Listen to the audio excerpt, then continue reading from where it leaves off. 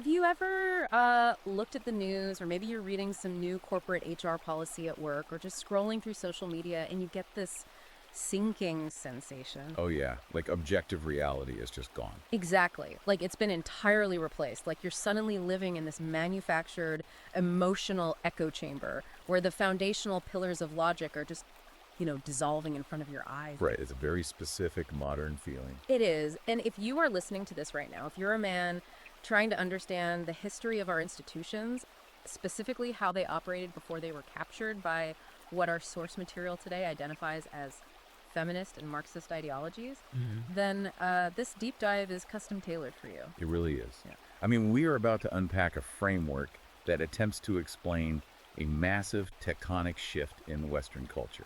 And it pulls absolutely no punches. Zero punches pulled. But before we get into it, a quick reminder right at the top to like and subscribe to the show. It genuinely helps us beat the algorithms and keep bringing you these deep dives. Definitely do that right now. Yeah. So today we are reviewing an incredibly provocative, ultra-long, and frankly just incisive new ebook. It's titled Hysteria Reloaded: Surviving Post-Truth Satanic Panic in the NPC Matrix. Quite a title. Right. It's by Conrad Riker. And we're going to hook you into the core mechanics of his philosophy today. But if you want to read the full unabridged manual yourself, and I highly recommend it if you want the absolute depths of the historical analysis we're about to touch on, you should open a new tab right now. For sure. You really need to read the whole thing to get the full impact. Yeah, so check Amazon Kindle and Google Play Books to buy the book. And make sure to follow the author at Conrad Riker on Substack. So it's a very dense read. And before we start pruning the engine apart here, I want to establish our baseline for today's conversation. Good idea. Ground rules. Right. Because Riker is making some incredibly polarizing claims in this text. I mean, he is heavily critiquing modern leftism, postmodernism, the structural shifts in society. And our goal today isn't to validate his worldview or to debunk it, for that matter. We're not taking sides. Exactly. We aren't here to moralize. We want to look under the hood. We're going to impartially examine the mechanics of his argument, stress test the logic, and understand the historical comparisons he uses to build this playbook for reclaiming classical patriarchal masculinity. Right, we just want to see if the engine actually runs based on the blueprint he provides. And Riker builds his entire premise on this really vivid, terrifying historical parallel. Yeah, he takes us back to the 1980s. Right into the teeth of the satanic panic. Specifically, he zeroes in on the 1984 McMartin preschool case. And I knew a little bit about this, but, reading Riker's breakdown of it is surreal. It's the ultimate case study in mass psychosis. For those who might not be familiar, you had a preschool in California, and over the course of several years, allegations snowballed into these fantastical claims. Yeah, not just abuse. No, we're talking about claims of underground tunnel networks, children being flown in hot air balloons, animal sacrifices, demonic rituals. Wait, hot air balloons? Like, they actually claim people were flying toddlers around in hot air balloons for satanic ritual. Literally, yes. That was entered into the discourse as fact. And Riker points directly at the methodology used to extract these claims. He highlights a specific social worker named Key McFarlane. Yeah, let's talk about her methods, because Riker hinges a lot of his modern critique on this exact mechanism. Like, how did McFarlane actually get these kids to say these insane things? Through relentless coercion. She used anatomically correct dolls, she asked highly leading questions, and she would essentially refuse to accept no for an answer. So she just badgered them. Basically. Yeah. She would tell the children that other kids had already confessed, or she would offer praise and even outright bribes when they agreed with her bizarre narratives. So she essentially implanted false memories into toddlers who just wanted to please an authority figure. Wow. And the fallout from that was catastrophic. I mean, you had 7 years of criminal trials, $15 million in taxpayer money completely evaporated. Yeah. And the preschool was physically demolished by archaeologists looking for these supposed secret underground satanic tunnels. And they found absolutely nothing. Zero convictions at the end of it all. The foundational evidence was a complete fabrication built entirely on emotional coercion. Which brings us to Riker's core thesis. He uses the McMartin case as the ultimate historical precedent for what he calls the modern woke matrix. Okay, unpack that connection. He argues that both the 1980s panic and modern left-wing cultural movements are driven by the exact same psychological mechanism.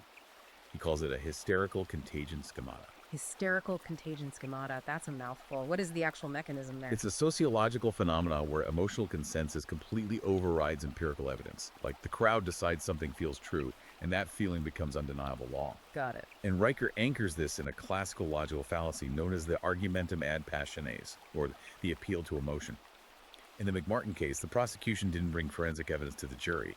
They brought terrified parents and confused, crying children. Because the raw, infectious emotion bypasses the logical centers of the brain. Exactly.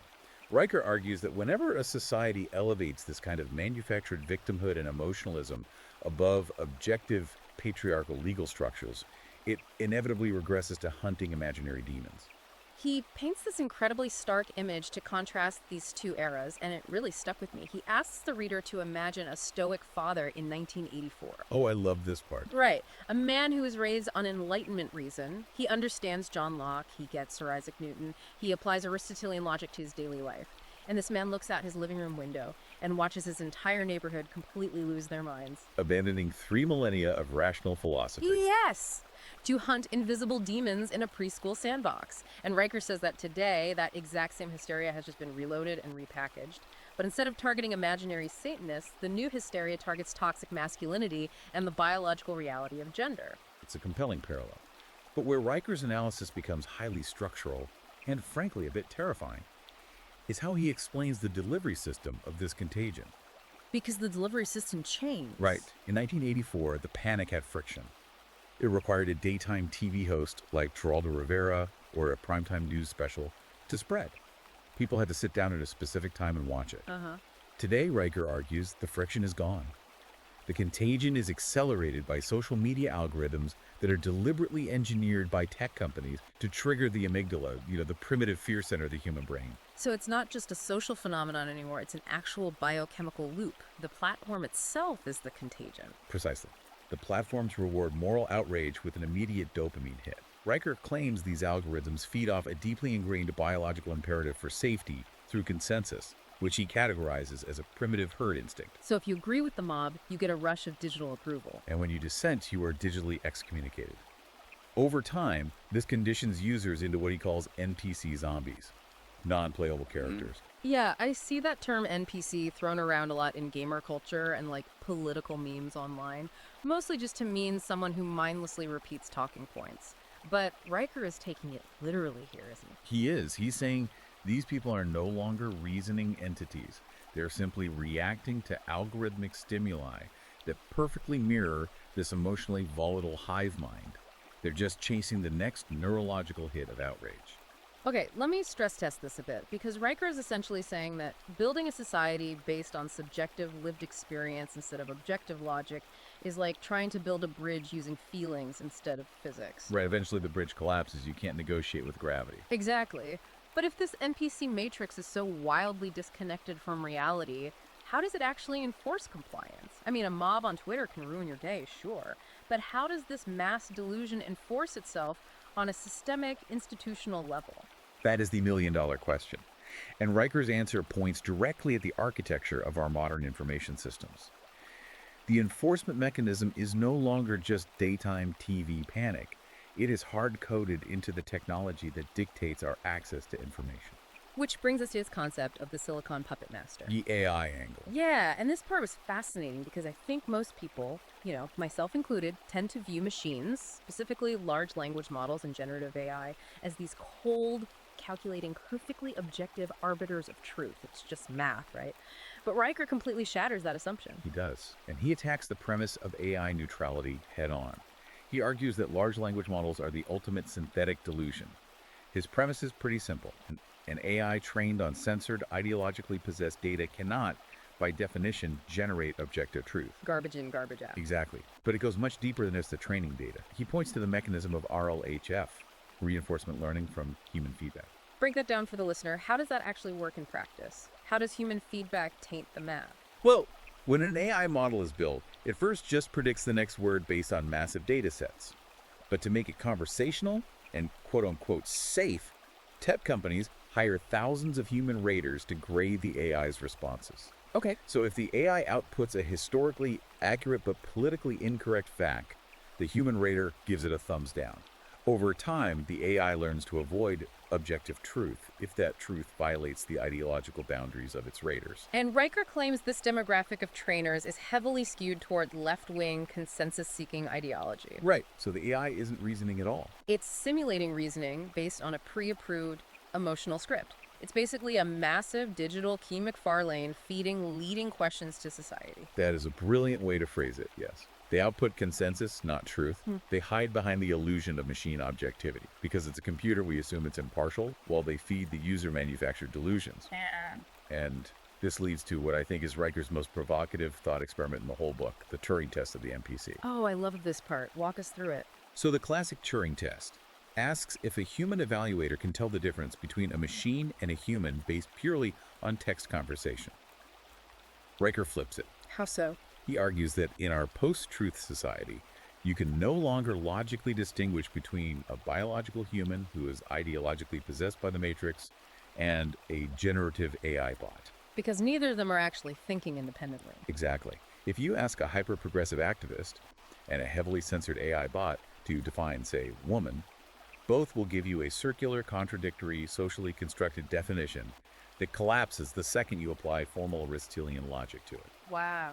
They're both running the exact same program script. It's a chilling thought experiment. But, Riker doesn't just keep this in the theoretical digital realm. He points to real-world empirical examples where this breakdown of logic has resulted in actual physical catastrophe. Yeah, he moves from the digital to the physical. And the ultimate control group he uses for this is the 2020 CHAZ, or CHOP, Autonomous Zone in Seattle. Right. The Capitol Hill Autonomous Zone. This was a profoundly revealing moment in modern history, and Riker leverages it perfectly. So for context for the listener, this was the several block radius in Seattle where, during the 2020 protests, activists essentially pushed the police out of a precinct, barricaded the streets, and claimed they were creating a utopian, police-free community. Yes, and Riker uses this as the ultimate empirical test of leftist theory in a vacuum. He says the activists were practicing the fallacy of autonomy. Meaning what, exactly? The underlying belief of the movement was that the patriarchal structure of law enforcement was the actual source of the violence in society. Therefore, if you erase patriarchal law and traditional hierarchies, you will instantly achieve a peaceful, egalitarian utopia.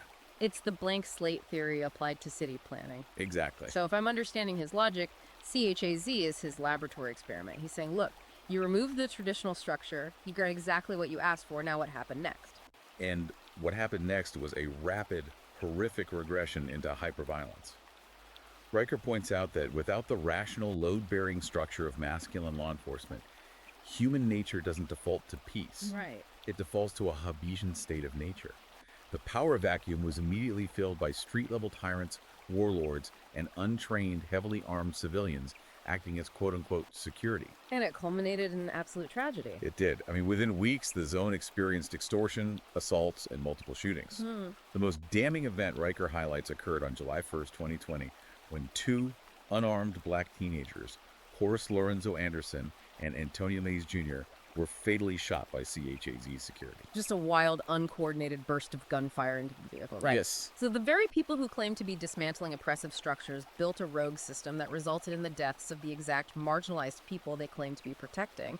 And because they had barricaded the streets, the paramedics couldn't even get in to save the victims. And for Riker, this is the definitive proof of the absolute necessity of state-monopolized masculine justice. He argues that CHAZ is the irrefutable murder weapon of leftist theory. The murder weapon. Yes, because it proves empirically that without the patriarchy, without a formalized system of objective law and order, you don't get an egalitarian utopia. You just get a bullet in the dark. Man. When Riker talks about these activist mobs in CHAZ or online, he continually uses that phrase NPC horde. And my initial thought was, okay, is he just using internet gamer slang to be edgy, to appeal to a certain demographic? But the deeper we go, it seems like he's making a rigorous philosophical point about how ideology overwrites the individual mind. It is entirely philosophical. He's arguing that ideological possession functions like a virus that literally overwrites individual cognition. The individual no longer exists. They are just a node in the hive mind. Right. And to illustrate how this operates in a supposedly intellectual environment, he points to the 2017 incident at Evergreen State College. Oh, right. The situation with Brett Weinstein, the evolutionary biologist. Yes. For those who don't recall, Evergreen had a tradition called the Day of Absence, where minority students would leave campus for a day to highlight their contributions. Sure. But in 2017, the organizers inverted it. They demanded that all white students and faculty physically leave the campus for the day. Brett Weinstein, who, by the way, is a lifelong progressive. Very left-leaning guy. Exactly. Right. He respectfully declined, stating that while participating in an absence is a choice, forcing a racial group to leave is an act of oppression. Which is a perfectly logical, historically sound objection. And the response from the student body was entirely devoid of logic. Weinstein was literally hunted down by screaming mobs of students. They barricaded the administration, held the college president hostage in his office, and demanded Weinstein be fired. Unreal. Riker calls this the manifestation of the NPC horde. Because what was Weinstein's crime? He applied basic, objective logic to their ideological demands. Riker actually compares this to the French Revolution, doesn't he? He does. He draws a direct line from 1793 to 2017. He says the exact same psychological contagion that drove Maximilien Robespierre to execute political dissenters in the Reign of Terror now drives these digital and campus mobs. They don't want to debate. No, they want ideological submission. They are entirely devoid of the capacity for individual Aristotelian logic. Okay, so Riker's painting this picture of a society where both the technology we use, the AI, the algorithms, and the mobs in our streets are running on the exact same flawed emotional operating system. But hold on, I have to push back here. Sure, go ahead. How did that operating system get installed in the first place? Like, how did the institutions that were explicitly designed to protect objective truth, our universities, our scientific journals, our medical boards, how did they get captured? That is the crucial pivot in the book. Riker argues that this wasn't an accident and it wasn't a natural evolution of thought. It was a deliberate, systematic hijacking. He calls this process epistemological sabotage. Epistemological castration is the phrase he uses in one chapter, which is intense language. It is violent language, but he uses it to highlight the severity of the intellectual shift. Epistemology is the study of knowledge, right? How we know what is true. Right. Riker contrasts the foundational thinkers of the Enlightenment with modern academia to show how our epistemology was sabotaged. So we're talking about John Locke's empiricism, Francis Bacon's scientific method, Isaac Newton's immutable laws of physics. Exactly. The Enlightenment thinkers established that reality is objective, measurable, and independent of our feelings about it. Riker points out that this rigorous demand for empirical, falsifiable data is what built a civilization capable of splitting the atom and walking on the moon. You got things done. It was a profoundly masculine, structure-based worldview. Modern academia, Riker claims, was infiltrated by postmodernism and feminism, which systematically replaced empirical data with the subjective, unfalsifiable concept of lived experience. Right. He argues that the left systematically removes a man's ability to trust his own senses. Think about it. If you can't trust your own eyes, when you look at basic biological reality, if society tells you that what you are seeing isn't real, you lose your intellectual sovereignty. You do. You become entirely dependent on what he calls the gynocentric matrix to dictate reality to you. And he backs this up with specific, chilling examples of how the academy actively polices and punishes anyone who tries to bring empirical data back into the equation. He focuses heavily on the case of Mark Regnerus. Tell the listener who Mark Regnerus is, because this story is crazy. He's a sociologist at the University of Texas. In 2012, Regnerus published a massive, rigorously peer-reviewed study in the journal Social Science Research. Okay. The study analyzed outcomes for children raised in various family structures. His data found that children raised by intact, biological, married parents had better long-term outcomes across several metrics compared to children raised in other structures, including same-sex households. Let me guess. The academic community did not politely debate his methodology. They tried to completely destroy him. Because his data challenged the prevailing leftist narrative about family structures and egalitarianism, he faced a massive orchestrated backlash. Right. Activists demanded he be fired. They filed ethics complaints. They audited his entire career. The university had to launch a formal investigation, Which cleared him. completely cleared him of any academic misconduct. His math was sound, but the goal wasn't to debate the math. The goal was to ruin his life, to send a message to other researchers. And Riker makes a wild historical comparison here. He compares the modern academic left to the Catholic Church persecuting Galileo in 1633. It's a really powerful analogy when you look at the mechanics of it. Galileo looked through a telescope. observed the moons of Jupiter, and concluded the Earth was not the center of the universe. Yeah. He was persecuted for the heresy of heliocentrism because empirical data contradicted church dogma. Wow. Riker argues that today, the new religious dogma is gender fluidity, blank slate egalitarianism, and feminist theory. The new excommunication is cancellation and deplatforming. So the modern Inquisition doesn't burn you at the stake. They destroy your tenure track, erase you from the digital public square, and ruin your financial livelihood. Exactly. And to prove that these postmodern academic fields are fundamentally bankrupt, that there's no actual there, he brings up the 1996 Sokol affair. I love this story. It's so good. The Sokol affair is the perfect illustration of Riker's point about epistemological sabotage. Alan Sokol was a physics professor at NYU. He was highly skeptical of the postmodern cultural studies departments that were claiming science was just a social construct. So he devised an experiment. He laid a trap. A brilliant one. Sokol intentionally wrote a paper titled Transgressing the Boundaries towards a transformative hermeneutics of quantum gravity. Just a word salad. It was full of absolute deliberate nonsense. He mashed up advanced physics terms with postmodern jargon, essentially arguing that gravity is just a capitalist social construct. It was mathematically and scientifically absurd. And he submitted it to Social Text, right? Yeah. A leading cultural studies journal at Duke University. And they published it as serious, groundbreaking scholarship Unbelievable. Why did they publish it? because Sokol flattered their ideological biases. He concluded exactly what they wanted to hear, that hard science is just a patriarchal illusion. A few weeks later, Sokol revealed the hoax in another magazine, exposing the journal as a total fraud. And for Riker, this proves that postmodern theory isn't a science. It has no gravity of its own, no pun intended. Right, it's an unfalsifiable theology that rewards allegiance to the narrative over objective truth. And Riker doesn't just stop at obscure academic papers either. He takes this rigorous demand for empirical data and aims it like a laser at one of the most famous, heavily repeated political talking points of the modern era, the gender wage gap. He systematically dismantles it. He strips away all the emotional rhetoric, all the political grandstanding, and looks purely at the law and the raw economics. First, he establishes the legal baseline.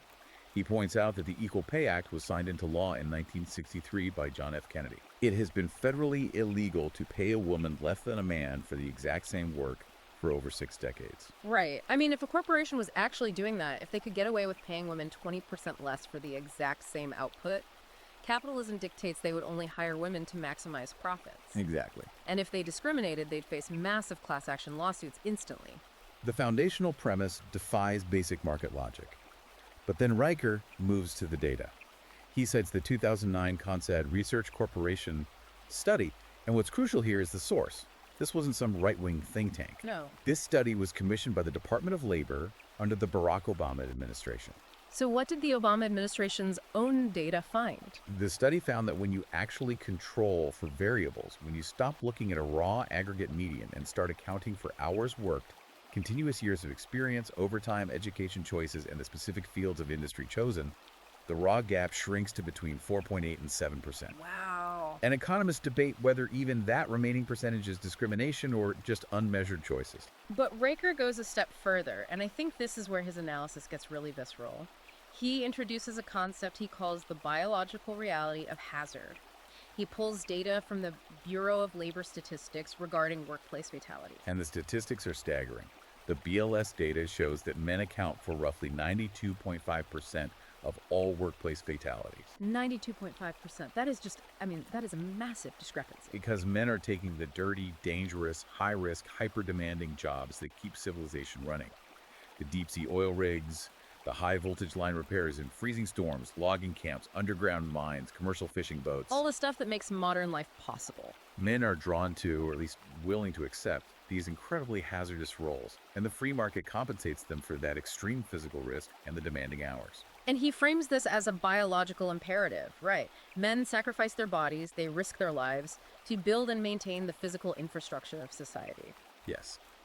And when the left ignores this biological reality of hazard, when they just point to raw median earnings across the entire population and claim discrimination, Riker says they're executing a philosophical category mistake. How so? They're comparing a 40-hour air-conditioned HR office week to an 80-hour life-threatening oil rig week and demanding equality of outcome. It is a fundamental denial of reality. And Riker gives the reader a fascinating intellectual tool here to trap leftists in their own logic. He advises using the philosophy of Immanuel Kant. The Kantian trap is brilliant. Okay, I took Philosophy 101 a long time ago, but break this down for me. Explain Kant like I'm 5, and then how Riker applies it here. Sure. Immanuel Kant divided reality into two concepts: phenomena, which is how we perceive the world, and noumena, which is the thing in itself, the objective external reality that exists regardless of our perception. Okay, got it. Think of it like a digital photo of an apple on your phone versus the physical apple on the table. The physical apple is the noumena. Postmodernists argue that the noumena essentially doesn't matter or doesn't exist, and that everything is just phenomena, social constructs, language games, subjective experiences. Right, the whole my truth versus your truth thing. Exactly. So, Riker says if reality is purely socially constructed, as postmodernists claim, how can their complaints of objective systemic oppression be philosophically or mathematically meaningful? You cannot be an objective victim of an objective system if you deny that objective systems exist. If everything is just a subjective social construct, then their claim of oppression is just an aesthetic preference, not a moral truth. That is a brilliant logical guillotine. If there is no objective truth, you can't claim you are objectively oppressed. The whole narrative collapses. It does. And this systematic abandonment of hard science, this rejection of objective noumena, is what Riker argues leads directly into his next major critique: the pathologizing of male biology itself and the rise of what he calls the therapeutic state. Which brings us to the core of the book's psychological critique: the myth of toxic masculinity and the psychotherapy of subjugation. Riker goes scorched earth on the tabula rasa theory. Tabula rasa being the blank slate theory, right? The idea that humans are born with no innate nature and that gender differences are purely the result of social conditioning. Riker vehemently rejects this. He argues for the existence of the chemical logos. The chemical logos, that's a fascinating term. He's merging ancient Greek philosophy, the logos, meaning reason and divine order, with biology. He posits that male strength, competitiveness, risk-taking, stoicism, and aggression are hardwired biological imperatives driven by testosterone. They're not social constructs, they are chemical realities. Right. And crucially, he argues that these are the exact traits required to conquer chaos, build infrastructure, and defend civilization. But he claims modern society is actively trying to castrate this drive. He says it's happening socially, through an education system that penalizes boys for having energy. It's happening psychologically through modern therapy, and it's even happening chemically. The chemical aspect is alarming. Riker points to the rise of endocrine-disrupting chemicals. He cites studies on xenoestrogens, synthetic compounds found in widespread plastics, herbicides, and municipal water supplies that literally mimic estrogen in the human body. He links this to the heavily documented precipitous drop in male testosterone levels over the last 50 years. The matrix is chemically suppressing the masculine drive. He views this as a deliberate strategy of the gynocentric matrix. When you strip men of their biological purpose as protectors and providers, when you tell them their natural instincts are bad, that kinetic masculine energy doesn't just evaporate. No, energy can't be destroyed. Right. Riker argues it metastasizes. It turns into deep frustration, nihilism, video game addiction, or petty unharnessed violence. Right. And here's the sinister part. The Matrix then points to that unharnessed, frustrated energy and labels it toxic masculinity. Riker argues that the toxicity is created by the very system that denies men their traditional patriarchal structure. The system breaks the man and then blames the man for being broken. Let's dive into how therapy plays into this, because he introduces a concept called weaponized vulnerability, and this is where he really goes after modern therapy culture. The current matrix demands that men be emotionally vulnerable. Every men's magazine, every HR department says men need to cry more, share their feelings, engage in trauma dumping online. But Riker argues this is a massive evolutionary trap. Walk us through the psychology of that trap. Riker states that evolutionary biology hardwires society, and specifically female mating psychology, to subconsciously despise weak, emotionally erratic men. A man who breaks down under stress cannot protect a tribe from a predator. Makes sense from a survival standpoint. So, by convincing men to expose their vulnerabilities, to cry about their trauma to their partners or their bosses, the Matrix effectively neuters them. It's a bait and switch. They tell you to open up, and the moment you do, you lose their respect. Exactly. It turns men from stoic potential leaders into compliant serfs who rely on the therapeutic state therapists, medications, HR interventions for constant validation.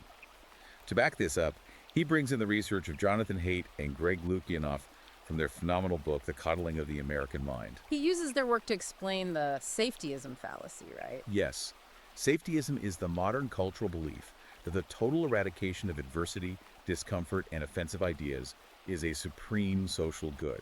We see this with trigger warnings, safe spaces, and speech policing. Yeah. Riker contrasts this fragile mindset with the biological and physical principle of hormesis. Hormesis. This is such an important concept. This is the idea that exposure to low doses of stressors actually makes a biological system stronger. Right. It's how bone density increases under impact. It's how lifting heavy weights tears the muscle fibers so they grow back denser and stronger. And how a vaccine works, introducing a weakened pathogen to train and build the immune system. So Riker champions psychological and intellectual hormesis. He argues that the masculine mind absolutely requires the friction of public debate, the sting of objective reality, and the crushing burden of responsibility to grow strong.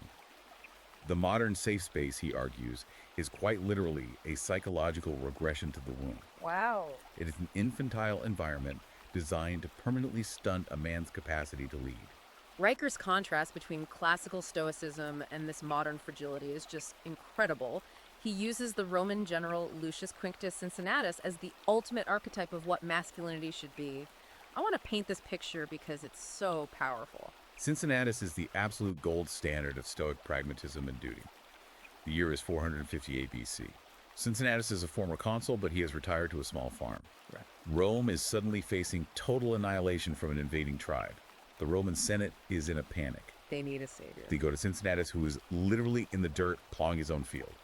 The state grants him the office of dictator, meaning absolute unchecked power over the entire Roman Republic to save them. And what does he do? He leaves his plow in the dirt. He takes command of the army. He completely crushes the enemy forces in just 15 days. He achieves total victory, saves the state, and then, holding the absolute power of an emperor in his hands, he immediately resigns his dictatorship and goes right back to plowing his farm. That staggering magnitude of competence, duty, and emotional control. And Riker contrasts Cincinnatus with a modern DEI consultant weeping on a TikTok video because someone used the wrong pronoun in an email, and demanding the entire corporate state intervene to censor speech and protect their feelings. It's quite a contrast. It's dark humor, but it really highlights the massive, terrifying shift in what we reward as a culture. It highlights the loss of compartmentalization, which Riker defines as a high IQ cognitive function necessary for leadership. Yeah. A leader must put aside his feelings to execute his duty. The modern matrix demands that feelings become the center of the universe. Right. Furthermore, Riker points out a structural hypocrisy. He argues that when a man acts heroically, say a father sacrificing his life to pull his kids from a burning car, the left calls him an outlier. They don't attribute it to his masculinity. But when a man acts criminally, they immediately blame toxic masculinity itself. Okay, I wanted to push back on this. He calls this the no truth Scotsman trap. It's a structural rhetorical trap where men can never win the narrative. But practically speaking, how does Riker suggest his reader actually fight back against this in daily life? How do you operate when the cultural game is entirely rigged against you? Riker's solution is radical. You stop playing their game entirely. Fighting back requires a complete paradigm shift from being a passive consumer of their narratives to an active, sovereign leader in your own life. Okay. You have to aggressively reclaim your right to compete, to build, and to dominate your environment, completely free from the emotional demands and moral shaming of the state. And that pivots us directly into how Riker views the ultimate macro structure of society. Which brings us to a section that is going to severely challenge a lot of people. The gynocentric matrix and the undoing of motherhood. Riker makes the claim that modern leftism isn't actually a political, economic, or Marxist theory at all. Right. He says it is simply the biological female mating strategy, specifically hypergamy and the drive for safety through consensus scaled up to macroeconomic state policy. That is his core controversial thesis regarding the state. Let's trace his logic. He argues that in the state of nature, the female imperative seeks the strongest, most resourceful provider to ensure the survival of offspring. That is hypergamy. But in the modern matrix, feminism has achieved a sleight of hand. The government has become the surrogate husband. The surrogate husband. So instead of an individual biological father providing for and protecting his specific family, the state steps in to play that role. Yes. The state uses its monopoly on violence, meaning the police and the IRS, to extract wealth via taxes from the productive, largely masculine class. It then redistributes that wealth to subsidize the dependent classes, single mothers, and systemic bureaucracies. Essentially socializing the provision of resources, removing the necessity of the individual husband. Exactly. Riker contrasts this forced, state-mandated provision with the voluntary charity of the historical church. He argues that voluntary charity built community bonds and moral virtue, whereas state redistribution builds resentment on the side of the producer and entitlement on the side of the receiver. And he claims feminism was the ideological tool used to execute this societal swap. He argues that feminism fundamentally attempts to trade the divine mandate of motherhood for what he brutally calls corporate serfdom. Yeah, pretty harsh wording. Right, but he's saying instead of raising the next generation of civilization, women are convinced that true freedom is scanning spreadsheets for a mega corporation for 40 hours a week. To prove how unnatural this is, he brings in Margaret Mead's anthropological studies. Margaret Mead is a fascinating reference for him to use, as she is often championed by left-leaning anthropologists. Mead studied the Chambuli people in Papua New Guinea in the 1930s. She was specifically looking for a society that inverted patriarchal norms, a society where women were dominant and men were emotionally dependent. And what did she find? Did she find a feminist utopia? No, what she documented was a society riddled with dysfunction. The men were neurotic, insecure, and obsessed with their appearance, while the women were pragmatic and dominant. But the overall society was technologically stagnant and highly vulnerable. Wow. Riker uses this to argue that inverting gender roles isn't just a fun social experiment. It violates the mechanical and biological reality of the human species, leading inevitably to societal stagnation and collapse. Riker has this incredibly dark sense of humor when he talks about the fallout of this biological suppression in our modern era. He points to the modern dog mom and fur baby culture that is so prevalent on social media. It is a very sharp, unforgiving critique. Yeah. Riker views this as a corrupted, misdirected maternal instinct. He argues that women are biologically, evolutionarily hardwired to nurture children. When feminist ideology convinces them to abandon human motherhood in their 20s and 30s to pursue a corporate career, that intense biological drive doesn't just disappear. It has to go somewhere. It demands an outlet. So, Yes. according to Riker, ideologically possessed left-wing women end up redirecting that maternal energy. They end up mothering golden retrievers and calling them their children, or they start coddling marginalized political groups, or they start treating the state itself like a fragile infant that needs protection from mean words. Riker calls it a grotesque parody of motherhood. And he traces the exact legal codification of this ideology. He doesn't just theorize, he points to specific historical inflection points where the Matrix rewired society. First, the 1974 Equal Credit Opportunity Act. Let's walk through the economic model of this, because I think a lot of people view that act as a pure, unalloyed good. It allowed women to get credit cards and mortgages without a male cosigner. How does Riker frame that as a negative? Well, Riker argues it was framed as financial liberation, but its true systemic effect was macroeconomic sabotage. If you take a 1970s economy and you suddenly, drastically double the supply of workers in the labor pool by pushing all women into the workforce, basic supply and demand dictates what happens next. If the supply of labor doubles, but the demand for labor remains the same, the value of that labor plummets. Exactly. Riker argues this stagnated single-income wages. It forced families to abandon the traditional single-earner model just to survive.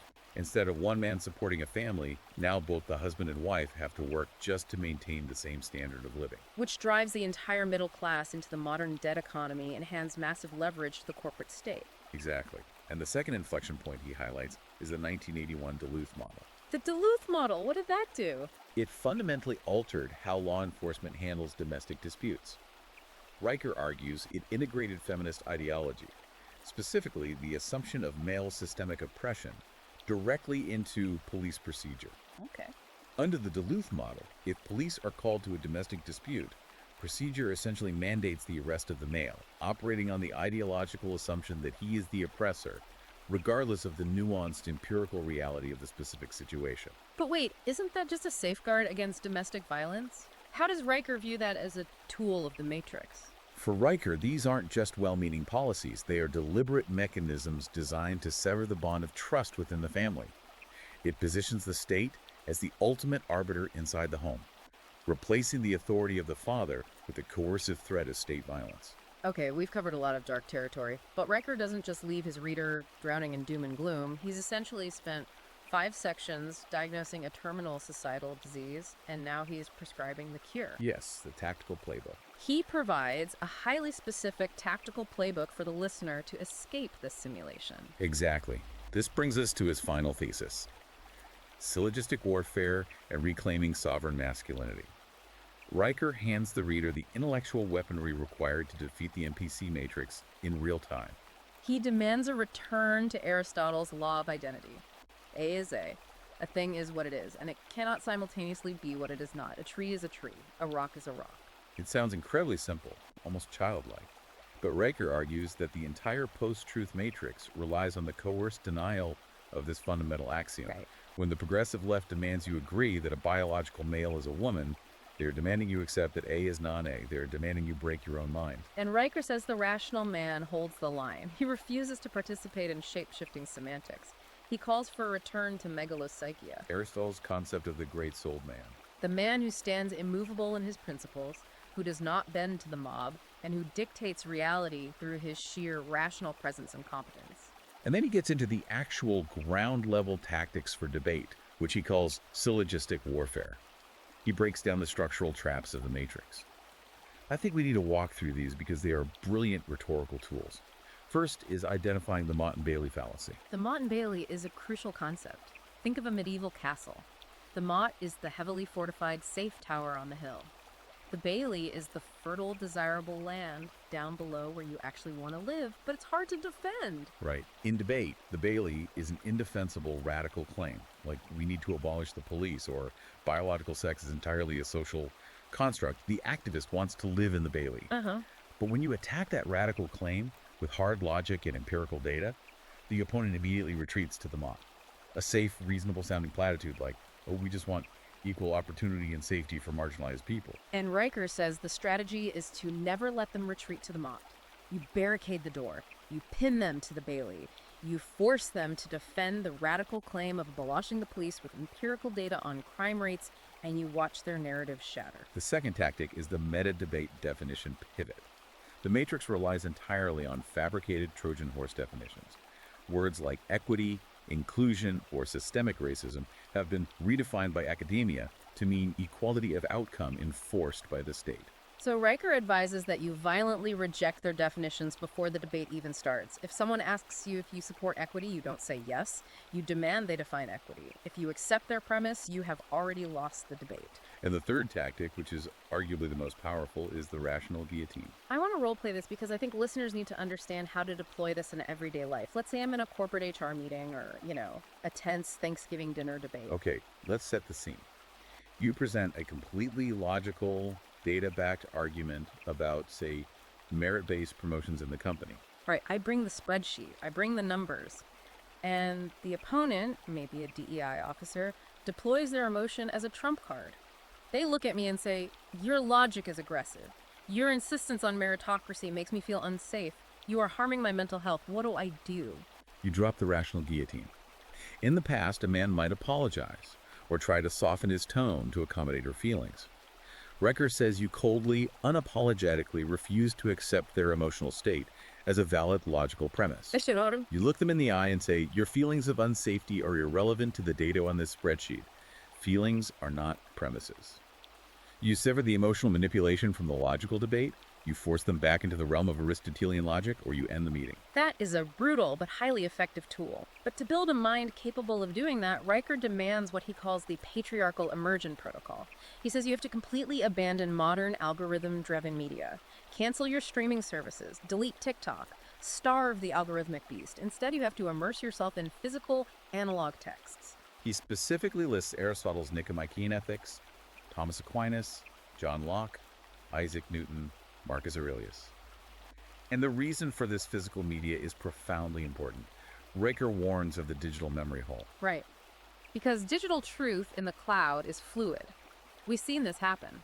An algorithm, a tech CEO, or a rogue editor on Wikipedia can silently revise history, change the definition of a word, or scrub an author from the internet overnight based on leftist trends. But printed truth is permanent. A physical book on your shelf cannot be stealth-edited by the silicon puppet master. Riker argues that possessing a physical library of Western civilization's greatest hits is no longer just an aesthetic hobby.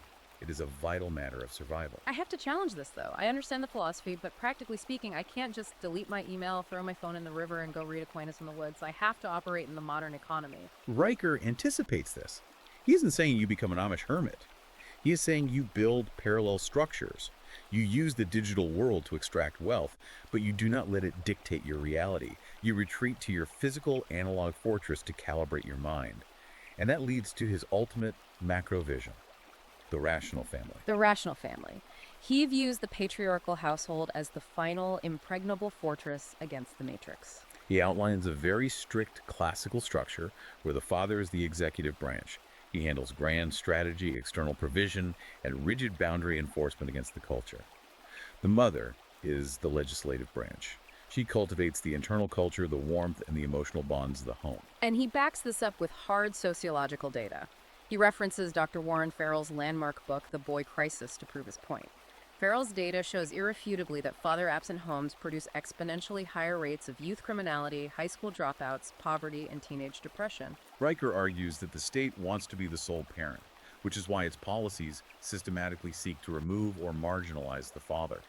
A strong father stands between his children and the propaganda of the state. And Riker ends the book on this incredibly fascinating demographic note.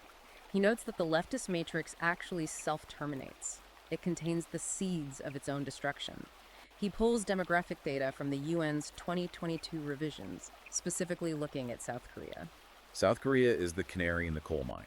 They have a massive, aggressive feminist movement, and their fertility rate has dropped to 0.72 children per woman.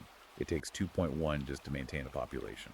So Riker is saying that highly feminized leftist societies literally erase themselves from the future because they abandon the biological imperative to reproduce. They prioritize corporate serfdom over the future of their civilization. Exactly. Darwinian reality acts as the ultimate unforgiving judge.